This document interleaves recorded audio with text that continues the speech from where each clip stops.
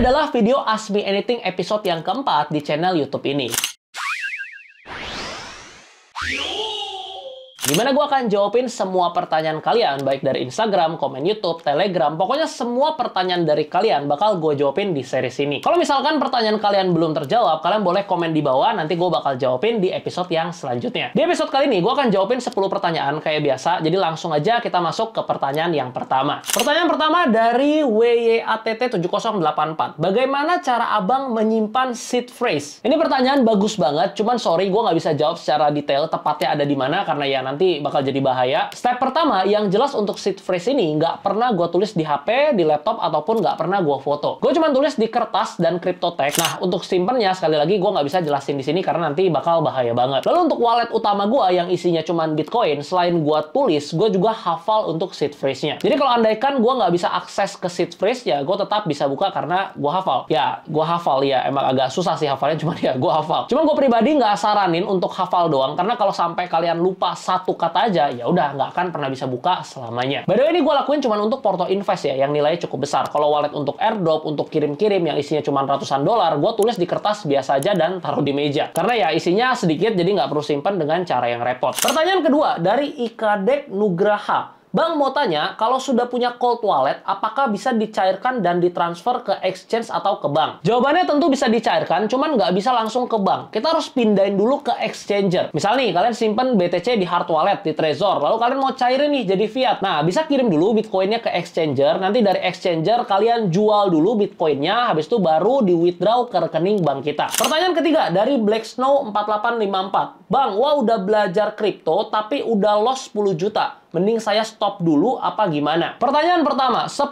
jutanya itu berapa persen dari modal? Kalau modalnya misal 200 juta, terus loss 10 juta, berarti kan 5% ya? Gue rasa wajar-wajar aja. Namanya invest atau trading ya, pasti ada ruginya, nggak mungkin untung terus. Tapi kalau 10 jutanya adalah keseluruhan dari modal, nah ini yang perlu dipertanyakan. Kalau modal 10 juta, terus habis 10 juta, berarti ini habisnya karena margin call. Kalau karena margin call, berarti ada problem dalam sizing dan money manajemennya. Saran dari gue, coba stop dulu aja tradingnya, belajar lagi dan mulai lagi di spot market dulu. Kalaupun tetap mau trading di derivative market, coba dengan akun demo dulu, backtesting dulu, biar tahu salahnya di mana. Intinya jangan pernah trading asal-asalan. Rugi dalam investasi atau trading itu hal yang wajar, tapi kalau rugi sampai modal habis, nah itu yang berbahaya. Baru di channel YouTube ini ada 13 modul belajar trading dari nol. Kalian bisa cek di sini. Buat kalian yang mau belajar secara gratis, nanti bisa tonton aja setelah video ini. Untuk videonya juga step by step dari awal, jadi cocok banget untuk kalian yang masih pemula dan mau belajar trading. Lanjut pertanyaan keempat dari Telon Mas. Apakah setiap trading memakai strategi baku yang sama? Misal memakai satu strategi, sayangnya hanya cocok untuk pair tertentu di time frame tertentu atau strateginya general. Ini agak ambigu ya pertanyaannya, tapi gue ngerti sih sebenarnya maksudnya gimana. Masuk aja ke contoh ya. Kalian punya nih strategi trading namanya strategi ABCD. Lalu kalian trading dengan strategi nih, strategi ABCD di time frame 4 jam dan 1 jam. Pas sudah di backtest 10 kali trade, di gold win rate-nya itu ternyata 70%. Lalu di euro USD win rate-nya 40%. Dan pas di Bitcoin win rate-nya 35%. Dari data ini aja, ya udah berarti strategi ABCD yang udah kita backtesting, pakainya di gold aja, jangan di Bitcoin. Kenapa? Karena win rate-nya lebih tinggi di gold. Sebaliknya, misalkan ada strategi EFGH. Nah, strategi EFGH ini setelah di backtest di Bitcoin, win rate-nya 60%, tapi di gold cuma 40%. Ya udah, strategi EFGH ini pakainya di Bitcoin aja. Intinya, kita perlu yang namanya data. Dengan data dari hasil backtesting, kita akan tahu nih strategi mana yang cocok dengan win rate yang bagus. By the way, untuk backtesting strategi ini di akun demo ya, jangan di akun real. Karena kalau nanti performanya jelek dan hasilnya rugi, kalau di akun real kan sayang, modalnya jadi tergerus. Sedangkan kalau di akun demo ya nggak masalah karena nggak keluar duit. Makanya akun demo itu punya peran yang sangat besar dalam backtesting. Cuman sayangnya banyak orang yang asal-asal pencet doang di demo account. Buat kalian yang belum pernah backtesting pakai akun demo, saran gue coba dulu aja deh. Bisa buat akunnya via link yang ada di deskripsi. Kalian bisa pilih yang ini. Buat akun demo ini gratis kok, cuman pakai email doang. Di sana kalian bisa backtesting semua pair, baik forex, kripto, saham US, indeks dan lain-lain, semuanya lengkap. Gue pribadi sampai sekarang aja masih punya 4 demo account yang aktif buat backtesting. Karena backtesting itu perlu 50 kali sampai 100 kali trade. Jadi kadang selesainya bisa 7 sampai 8 bulan, even lebih kalau pakai time frame yang besar. Kok ribet banget ya? Ya emang gitu. Kalau gampang mah semua orang udah jadi trader. Lanjut pertanyaan yang kelima, ini dari Call Me Casper. Cara ngatasi ragu entry pas pakai akun real gimana? Pernah denger quotes ini nggak? If you cannot decide, the answer is no. Ini dari Naval Ravikant. Bukan cuma dalam kehidupan, tapi sama halnya dalam trading. Kalau ragu pas mau entry, ya better jangan entry. Trading dan invest itu butuh conviction. Kalau masih ada keraguan, ya udah analisa lagi, cari yang lain, nggak perlu maksa. Gue juga sering gitu kok, mau long gold misal di 2010, tapi ragu nih, kayaknya bisa turun dulu nih ke 2000. Ya udah, gue nggak jadi entry, gue antri aja di 2000. Terus dia terbang, gimana dong? Ya udah, berarti bukan rezeki. Hal-hal kayak gini pasti sering terjadi kok. Intinya, kalau nggak ada conviction ya jangan entry. Kalau udah yakin, baru gas. Tapi tetap ingat ya, bukan berarti kita malah overconfidence dan trading asal-asalan, sizing gede tanpa money management. Meskipun kita udah yakin nih terhadap suatu trading plan yang kita buat, kita harus tetap menggunakan money management yang baik. Karena win rate kita itu nggak mungkin pernah bisa 100%. Pertanyaan ke-6, ini kita pindah dulu ke Instagram dari Nasrul87. Uang 2 jutaan, mending fokus naikin income plus invest Bitcoin atau langsung sebar ke altcoin. Ini bukan pilihan sebenarnya. Naikin income itu harus dan wajib. Mau pilihannya Bitcoin atau altcoin itu lain cerita. Kita harus tetap fokus naikin income. Kalau case-nya di sini punya uang dingin 2 juta, yang gua akan lakuin yaitu pakai 2 jutanya untuk upgrade skill. Contoh, gue seorang editor, biasa dibayar 50.000 per video. Tapi ada editor lain di luar sana yang dibayar 500.000 per video. Daripada gue invest crypto, better 2 jutanya gue pakai untuk upgrade skill editing. Biar bisa ngedit yang jauh lebih bagus,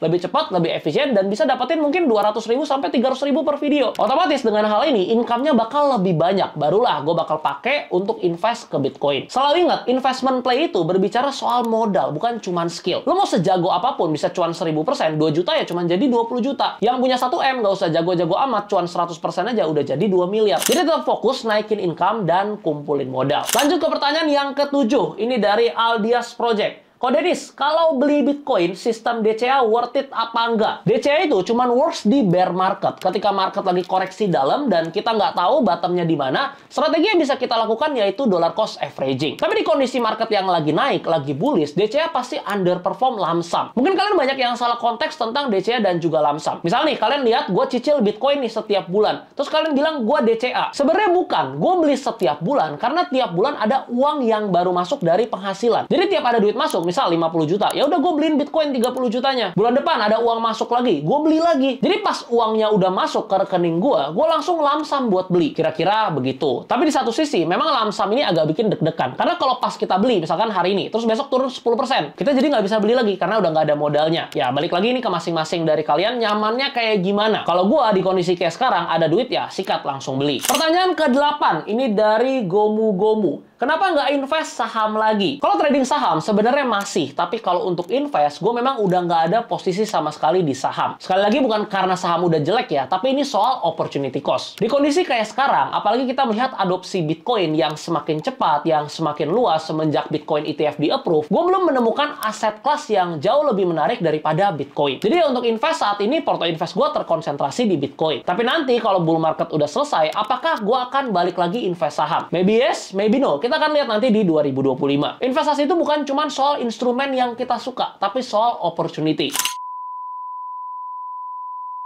Lanjut ke 9 dari Doni. Kerja kantoran, gaji masih UMR, jika dapat THR, masukin semua full ke Bitcoin, worth it nggak? Jawabannya tergantung, kamu bener-bener beli Bitcoin karena ngerti, atau cuman ikut-ikutan hype di sosial media. Kalau cuman ikut-ikutan, better jangan. Nanti pas turun 10 atau 20%, pasti panik dan malah tidur nggak nyenyak. Tapi kalau kamu emang udah ngerti, ya worth it aja. Oh ya, satu lagi, sebelum invest di aset kelas manapun, pastiin pondasinya udah siap, dana daruratnya udah ada. Kalau belum ada, siapin dulu. Jangan pernah invest apapun kalau belum punya pondasi yang kuat. Karena investasi apapun pasti fluktuatif, bisa naik kencang, bisa turun dalam juga. Terakhir, pertanyaan ke-10 nggak berasa ya, cepet juga. Ini dari Novita Utami. Kalau modal di bawah 5 juta, mending invest ke Bitcoin aja atau diversifikasi ke koin lain. Sebenarnya gue emang ada rencana buatin video khusus untuk modal 10 juta, 30 juta, 50 juta, dan 100 juta. Cuma ya nggak apa-apa, gue bakal jawab singkat dulu di sini. Kalau andaikan gue punya modal di bawah 5 juta, yang akan gue lakuin adalah beli Bitcoin 20%, 30% ke alts yang big big caps dan 50% ke alts yang small caps. Kenapa demikian? Bitcoin dan big caps lainnya itu untuk safety bet, dan 50% small caps ya untuk incer gain yang maksimal, untuk gedein modal. Cuma kalau modalnya makin besar, otomatis pasti porsi Bitcoinnya makin besar juga. Untuk kondisi porto gua sekarang, porsi Bitcoinnya ada di sekitar 50-60%. Kenapa gede? Karena gue bukan cuma fokus ke growth-nya, tapi gue harus fokus ke jaga modal juga. Jadi modal safety gue di 50-60% gue taruh di Bitcoin. Omong kasarnya, kalau semua alts yang gue pegang hilang semua dan Bitcoin kali 2 aja, gue nggak rugi, tetap untung. Cuman ya nggak mungkin juga kan altsnya hilang semua. Karena ini kan kita ngomongin spot market, bukan futures market. Nanti gue akan buatin video khusus soal alokasi dan komposisi portofolio yang ideal untuk modal tertentu. Nanti kalau lupa, kalian bantu ingetin ya di Instagram. Gak berasa udah 10 pertanyaan terjawab. Buat yang pertanyaannya belum kejawab, jangan sedih. Kalian bisa komen lagi di bawah. Nanti gue bakal jawab di AMA episode yang kelima.